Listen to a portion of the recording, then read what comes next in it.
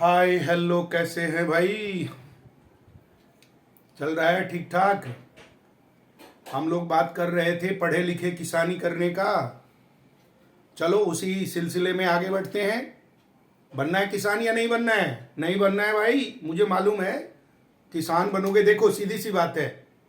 एक चीज मैं बताता हूँ, कान एकदम गांठ बांध के रख लो कहीं। अगर कुछ गांठ बांधने के लिए नहीं है तो अपना चोटी उठाओ, उसी में गांठ बांधो। लेकिन मेरी बात को गांठ बांध कर लो भाई साहब। अगर पानी से नहाओगे तो कपड़े बदलने होंगे। ध्यान रख, समझा? पानी से नहाओगे तो कपड़े बदलने नहाओ पड़ेंगे बेटा। कपड़ा बदल जाता है, कपड़ा बदलता है। लेकिन अगर पसीने से नहाओगे तो इतिहास बदलता है। बहा ले बेटा पसीना, बदल दे इतिहास। देखा नहीं अभी इतिहास बदलते हुए हमारे साइंटिस्ट लोग चांद पे उतर गया। लेकिन हम लोग किसान बनके खाने पीने की अनाज को इतना प्रोडक्शन करें कि सबका पेट भरे। बन जाओ अन्नदाता। अन्नदाता बनने के लिए पसीना बहाना जरूरी है। और इसी पसीने बहाते बहाते हम लोग क्रॉप पैटर्न तक आ गए थे। आज हम लोग चर्चा करते हैं भाई इसी किसानी के रूप में क्रॉप प्रोटेक्शन। देखो, आपने खेत में फसल बो दिया, फसल भी बहुत बढ़िया लहलहा रहा है, लेकिन मान मत लो कि याइल्डिंग हो गया। अभी भी हमें काम करना है। और ये क्या है? Crop protection.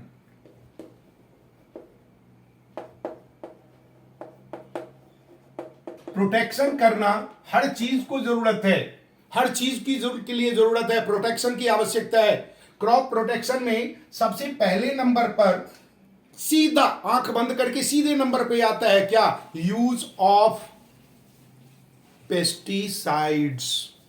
क्योंकि क्रॉप में ज्यादातर हमारा फसल को जो नुकसान करता है वो पेस्ट आ जाता है, इंसेक्ट्स आ जाता है।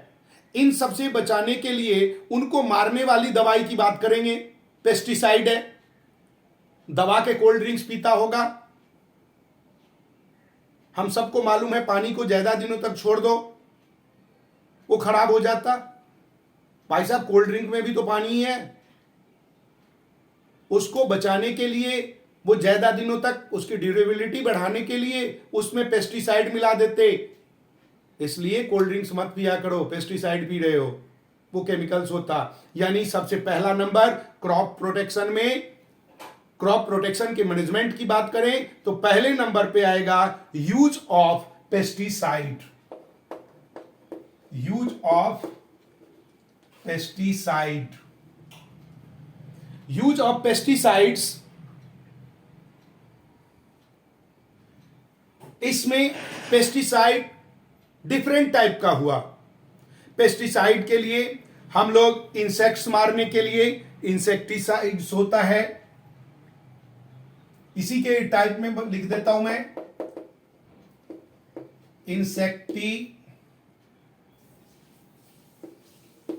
इंसेक्ट्स को किल करना है तो इंसेक्टिसाइड्स, क्योंकि छोटे छोटे कीड़े लग जाते, उसको मारना है।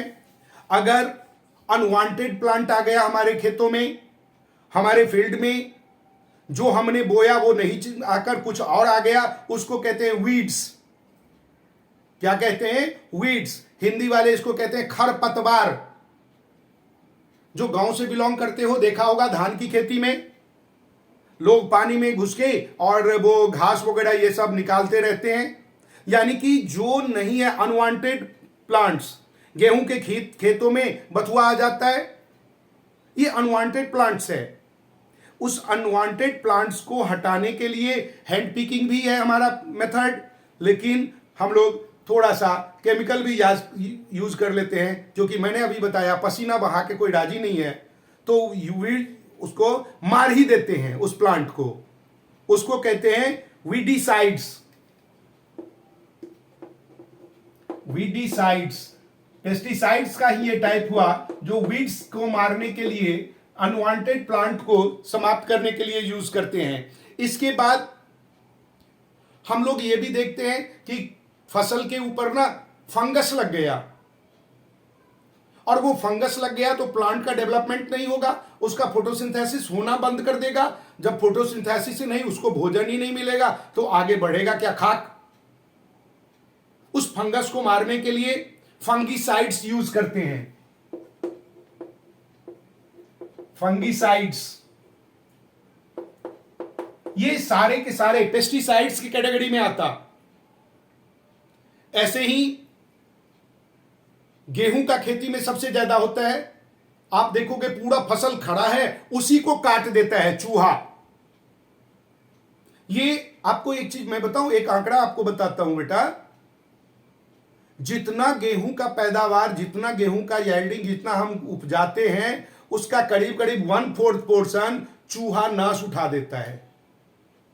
चाहे वो फसल खरे फसल को काट दे, चाहे उसमें गेहूं लगने के बाद काट दे, खेतों में काटे, घर में काटे, पता नहीं कहां कहां वो छोड़ता नहीं है कभी। उसको हम चूहे, इन सबको कहते हैं क्या? रोडेंट। ये रोडेंट को मारने के लिए चूहा मारने वाली दवाई होती है, यानी कि रोडेंट्स को मारने के लिए जो हम लोग यूज करते हैं पेस्टिसाइड, उसको कहते हैं रोडेंटिसाइड्स।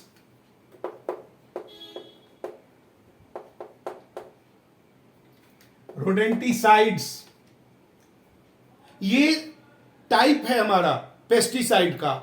हम इन सब का उपयोग करते हैं ताकि क्रॉप हमारा का प्रोटेक्शन होता रहे। नेक्स्ट आता है रेसिस्टेंस वैरायटी को इंप्रूव करते हैं। क्रॉप की रेसिस्टेंस वैरायटी, दैट मीन्स जो नेचुरल फिनोमिना है, एनवायरमेंटल कंडीशन कभी कभी अनफेवरेबल हो जाता और हमारा क्रॉप्स नुकसान हो जाता, खराब हो जाता है। तो हमें ऐसे वैरायटी चूज करना है जिसमें रेसिस्टेंस पावर ज्यादा हो। रेसिस्टेंस दैट मीन्स कि वो अपने आप को बचा के रखे। जैसे हम लोगों का इम्यूनिटी सिस्टम है, हमारे क्रॉप्स में भी बढ़ना चाहिए। तो वो क्या कहलाता है? Resistant varieties. Resistant varieties. हमें हाई रेसिस्टेंस वाला क्रॉप का रखना होगा, उसी को बोना पड़ेगा। नेक्स्ट है क्रॉप का रोटेशन। हमने डिस्कस किया था, there are 16 type of nutrients need for plant, but all nutrients need equally, it is not there for every crops. हर एक अलग अलग क्रॉप्स को अलग अलग न्यूट्रिएंट्स की जरूरत होती है। तो हम लोग अलग अलग खेतों में अलग अलग समय में अलग अलग हम अगर बोते रहे क्रॉप्स, तो न्यूट्रिएंट्स की कमी नहीं होगी। इसलिए क्रॉप का रोटेशन करना जरूरी है। क्रॉप रोटेशन, इसमें एक बार गेहूं बोया तो अगली बार ज्वार बो दिया, उसके बाद बाजरा बो दिया। मतलब रोटेट करके बोते रहेंगे, न्यूट्रिएंट्स की कमी नहीं होगी। और एक बहुत ही इंपॉर्टेंट चीज, और वो क्या है? Summer ploughing. गर्मी के दिनों में खेत को जोत के छोड़ देना चाहिए, ताकि उस मिट्टी में जब प्लो करोगे तो एयर ज्यादा आएगा, वायरस आएगा, और उसमें जो अनवांटेड प्लांट है वो मर जाएगा, सूख जाएगा। यानी कि समर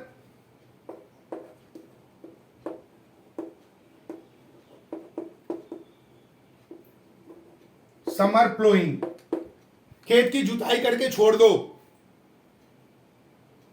उससे उसकी फर्टिलिटी भी बढ़ेगी, अनवांटेड प्लांट भी जाएगा, और हमारे लिए बहुत ही फायदेमंद रहेगा।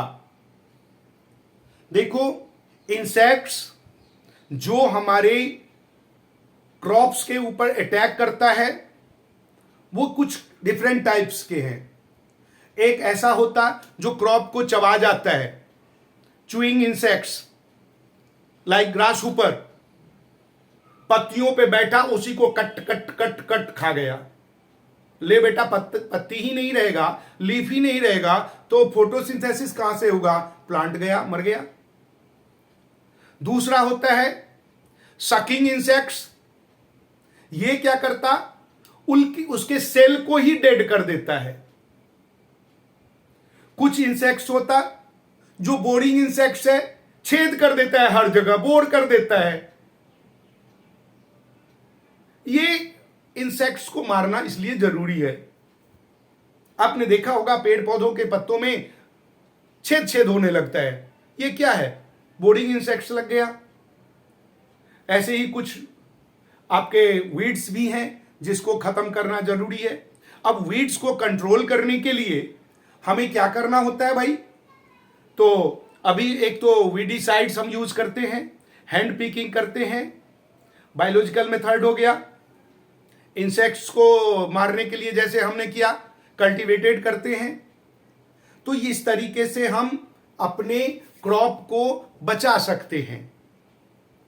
अब नेक्स्ट हमारा जो बात रह गया वो है स्टोरेज। जब हमारा ग्रेन बन गया, हम इसको स्टोर कैसे करेंगे और स्टोरेज में भी हमें किस टाइप से करना, इसके लिए अगले वीडियो में बात करते हैं। तब तक आपको लाइक, सब्सक्राइब, कमेंट जरूर करना। सारे वीडियो को देखना है, खुद भी पढ़ो, दूसरों से भी सब्सक्राइब करो। मिलते हैं, स्टोरेज ग्रेन के बारे में बात करेंगे, एनिमल हस्बेंड्री की बात करेंगे। बाय।